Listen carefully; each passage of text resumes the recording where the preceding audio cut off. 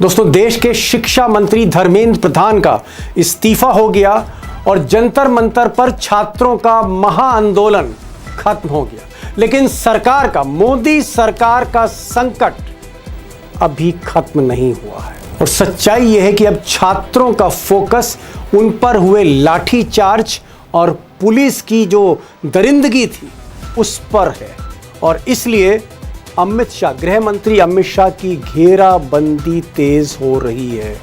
The first thing is that we hold Mr. Amit Shah directly responsible for the violence that has taken place against our students. He authorized the shooting of our students.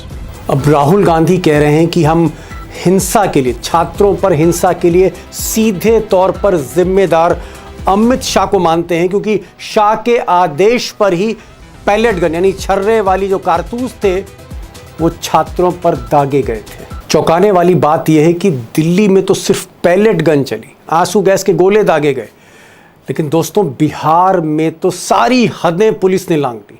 उस बिहार में जहां अमित शाह के चेले, सबसे खास आदमी सम्राट चौधरी मुख्यमंत्री, और सम्राट चौधरी के राज में पिछले 3 दिनों में बिहार की सड़कों पर छात्रों के साथ जो कुछ हुआ है कल्पना से परे है। मिसाल के तौर पर बिहार के जहानाबाद में जब छात्र सड़कों पर आ गए, बहुत जिम्मेदारी से कह रहा हूं कि पुलिस ने राइफलों से गोली चलाई, रिवॉल्वर से गोली चली है, राइफलों से गोली चली है, और इस तरह के वीडियो सोशल मीडिया पर वायरल हो रहे हैं।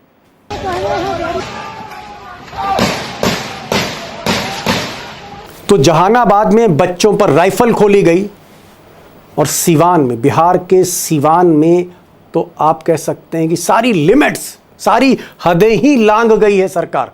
वहां पर दृश्य दिखा रहे हैं, वीडियो दिखा रहे हैं कि AK-47, AK-47 राइफल आतंकवादियों के पास होती है और आतंकवादियों के खिलाफ पुलिस यूज करती है।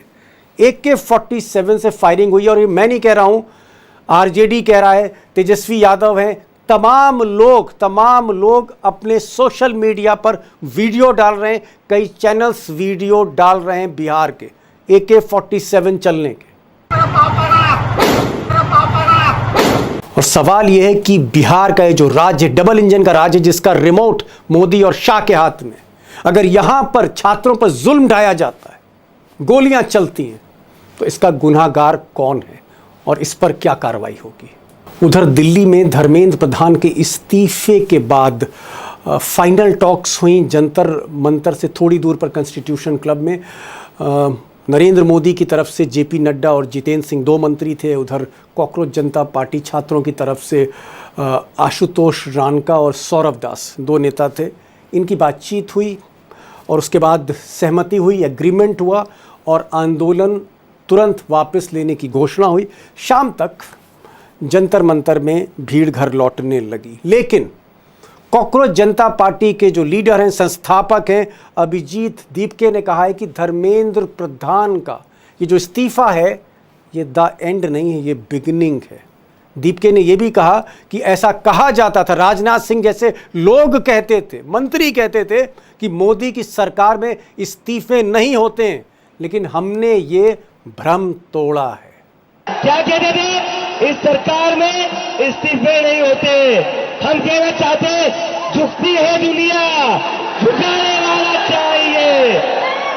अब दोस्तों, राहुल गांधी और विपक्ष के कई नेताओं का कहना है कि जो पेपर लीक था ये तो एक कलंक था, लेकिन असली जो दुर्दांत कथा लिखी गई है वो 20 जुलाई को दिल्ली में लिखी गई, जहां पैलेट गन्स, आंसू गैस के गोले और अत्याचार हुआ है बच्चों के साथ, बच्चियों के साथ। और इसके सीधे तौर पर जिम्मेदार गृह मंत्री अमित शाह हैं, जिनके अंडर में, सीधे उनके अंडर में दिल्ली पुलिस आती है। उन्होंने पुलिस कमिश्नर बदला, वही CRPF लेके आए, वही रैपिड एक्शन फोर्स लेके आए, उन्होंने बख्तरबंद गाड़ियां बुलवाई और उन्हीं के आदेश पर ये नंगा नाच दिल्ली की सड़कों पर बच्चों के साथ खेला गया है। और इसलिए सोमवार को जब संसद खुलेगी तो असली घेराबंदी, असली इशू अमित शाह होंगे। राहुल गांधी का कहना है, विपक्ष का कहना है। और यहीं से दोस्तों 2 बड़े सवाल हैं। पहला सवाल यह है कि जंतर मंतर में आज जिस तरह से आंदोलन खत्म हुआ, धर्मेंद्र प्रधान के इस्तीफे के बाद, क्या देश भर में जो आंदोलन चल रहे हैं, कलकत्ता में, बिहार में, उत्तर प्रदेश में, मध्य प्रदेश में, राजस्थान में, इवन गुजरात में, महाराष्ट्र में, बेंगलोर में, हैदराबाद में, ये जो आंदोलन चल रहे हैं छात्रों के या जेन जी के, ये कैसे ख़त्म होंगे? या ये भी ख़त्म हो जाएंगे और अभिजीत दीपके की जो लीडरशिप है उसको सब मानेंगे? ये देखना होगा कि ख़त्म होते हैं कि नहीं होते हैं। और दूसरा सवाल, सोमवार को जब संसद शुरू होगी तो क्या अगला टारगेट मोदी जी के चाणक्य हैं, गृह मंत्री हैं? हम दोस्तों, दोनों ही सवाल बहुत अहम हैं, मुश्किल भी हैं, और इसलिए प्रोफेसर साहब, राहुल गांधी ने कहा है कि ठीक है, ये अच्छी बात है कि छात्रों की मांगें मान ली गई हैं, धर्मेंद्र प्रधान का इस्तीफा है, उन्हें खुशी है, उन्हें गर्व है देश के नौजवानों पर, जेंजी पर, लेकिन उनकी लड़ाई अभी खत्म नहीं हुई, बल्कि उनकी लड़ाई अब शुरू होती है। और पार्लियामेंट में हम अब अमित शाह का घेराव करेंगे, क्योंकि इस हिंसा के लिए, छात्रों पर हिंसा के लिए अमित शाह जो हैं वो जिम्मेदार हैं। और अमित शाह के कहने पे ही पैलेट गन चली, लाठीचार्ज हुई, आंसू गैस के गोले छोड़े गए। दीपक जी देखिए, अगर आपके इस कार्यक्रम को जनजी देख रहे हैं और देखेंगे, मैं उनसे एक निवेदन करना चाहता हूं, राहुल गांधी से भी निवेदन करना चाहता हूं, जनजी से भी निवेदन करना चाहता हूं। देखिए, ऑफेंसेस दो प्रकार के होते हैं, एक सिविल ऑफेंस होता है, क्रिमिनल ऑफेंस होता है।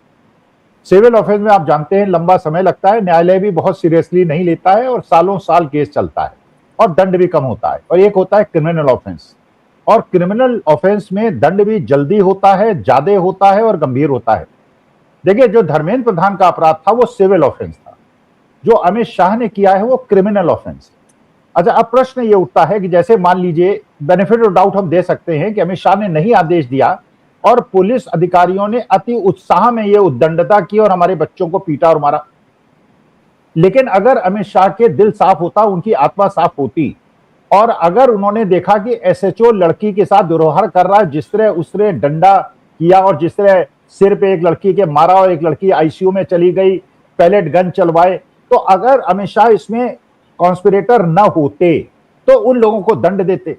अगर आप उनको दंड नहीं दे रहे हैं और बच्चों को उसके बाद भी पीट रहे हैं, क्योंकि आज भी जंतर मंतर में डिस्पर्स होने के बाद भी बच्चों के साथ दुर्व्यवहार हुआ है, इसका मतलब यह है कि आप हमारे बच्चों को, हमारी नेक्स्ट जनरेशन को, हमारे देश के भविष्य को पहले भी आपने पीटा है। तो अभी इस बात का तो हिसाब हो गया जो पेपर लीक हुआ, चलिए धर्मेंद्र प्रधान का इस्तीफा हो गया, हिसाब हो गया, लेकिन जो 20 तारीख को हिंसा हुई और एक तरफा हिंसा हुई, नकाब पहने हुए लोगों ने, गुंडों ने, जिन्होंने मारा, उनके फोटो सामने दिख रहे हैं, वीडियो में दिख रहे हैं, फोटोग्राफ, उन पे एक्शन क्या हुआ, उनको आइडेंटिफाई करके उनको क्या दंड मिला? जिन पुलिस अधिकारियों ने गुंडागर्दी की और बच्चों को मारा है, और स्विगी और जोमेटो का आपने क्यों ऑर्डर बंद किया, लोगों को भूखा मारने की कॉन्स्पिरेसी क्यों की?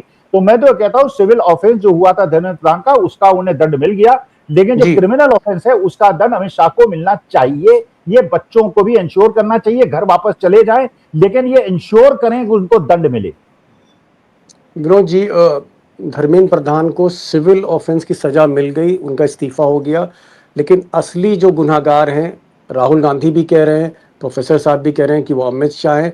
अमित शाह के कहने पर ही उनकी सीआरपीएफ, उनकी रैपिड एक्शन फोर्स और दिल्ली पुलिस, इसने लाठीचार्ज करी और पैलेट गन्स चले पहली बार दिल्ली में बच्चों पर।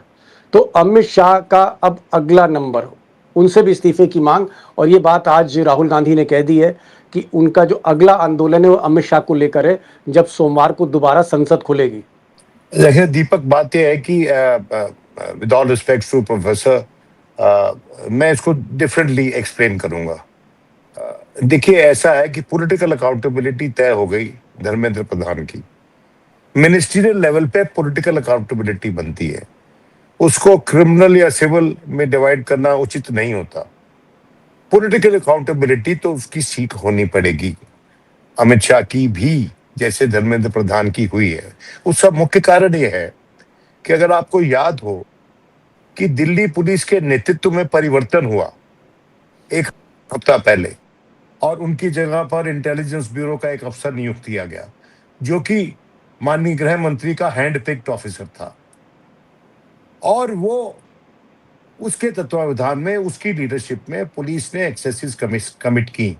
फाइनल अकाउंटेबिलिटी तो पुलिस लेवल पे तो कमिश्नर की हो जाएगी, और उनकी जो नियुक्ति हुई वो नेचुरली अमित शाह जी के निर्देश पे हुई, क्योंकि Amit Shah is in charge of law and order in Delhi. Delhi union territory है, इट्स अ क्वाज़ी स्टेट, जी। It's not a full state.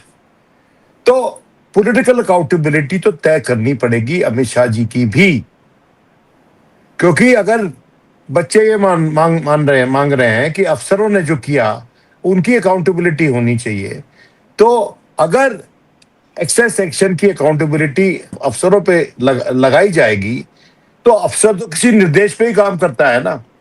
अब वहां पर प्लेन क्लोथ्स में जो लोग लगे हुए थे, प्रत्यक्ष रूप से पुलिस वाले थे, डंडा हाथ में लिए थे, या कोई और लोग थे, उनकी वहां पर जो प्रेजेंस थी वो ह्यूजली क्वेश्चनेबल थी।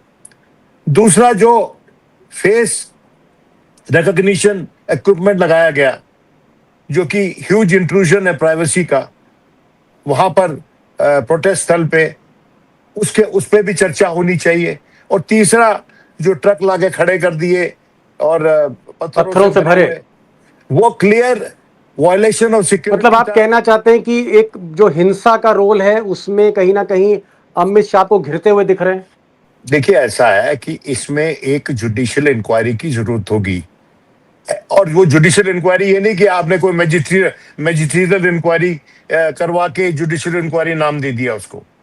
एक रिटायर्ड जज of the supreme court, respected, widely acceptable जज, जैसे कि जिस जज ने रिपोर्ट दी है गाजा पे, वैसे किसी जज को लगाओ जिसने अभी जिसको आपने प्रमोशन नहीं दी, आपने उसकी ट्रांसफर कर दी थी, वैसे कोई जज को लाओ। उसकी दुनिया भर में तारीफ हो रही है उस जस्टिस की, लेकिन उसके अपने भारत में वो एक्सेप्टेबिलिटी नहीं थी जो वो डिजर्व करता था। तो मेरा कहने का मतलब है कि जज साहब ने भी, आज हमारे चीफ जस्टिस ने भी कहा है कि I am always open, our doors are open, हम सिटीजन के बात हमेशा सुनेंगे। उन्होंने आज बोला है चीफ जस्टिस ने, सूर्यकांत जी ने। मैं ये कहना चाहता हूं कि सूर्यकांत जी, आपका पहला काम तो अब तय हो गया कि आप अपने आप से सुओ मोटो एक इंक्वायरी करवाइए किसी जज के द्वारा, किसी कमीशन के द्वारा। अगर आपके पास वो अधिकार नहीं है, आप अपनी एक्स्ट्राऑर्डिनरी पावर इस्तेमाल करके वो कर सकते हैं। सुप्रीम कोर्ट के पास फॉर डिलीवरिंग कंप्लीट जस्टिस वो पावर होती है, क्या वो करवा सकते हैं आप? अगर वो नहीं करवा सकते तो सरकार को सुझाव दीजिए, या जब पार्लियामेंट में चर्चा होगी विपक्ष ये डिमांड करे कि एक जुडिशियल इंक्वायरी हो, ये जो वायलेंस हुई है बाय दी पुलिस फोर्सेस। देखिए क्या होता है कि जब सरकार खुद एक्सेसिस पे आ जाती है, when the state resorts to excesses, it is a signal for other people to do the same thing. Eye for an eye, लोग उस पे उतर आते हैं। ये नहीं होना चाहिए किसी भी लोकतंत्र में। किसी भी लोकतंत्र में पुलिस, मजिस्ट्रेसी, जो सिस्टम जहां पर है, उसको एक परिधि में रह के काम करना पड़ता है। और सुप्रीम कोर्ट के जजमेंट्स हैं ऑन यूज ऑफ फोर्स, कि किस स्थिति में कितना फोर्स आप यूज कर सकते हो, वो सब जजमेंट उठा लीजिए, आपको मिल जाएगा दिशा निर्देश। ठीक।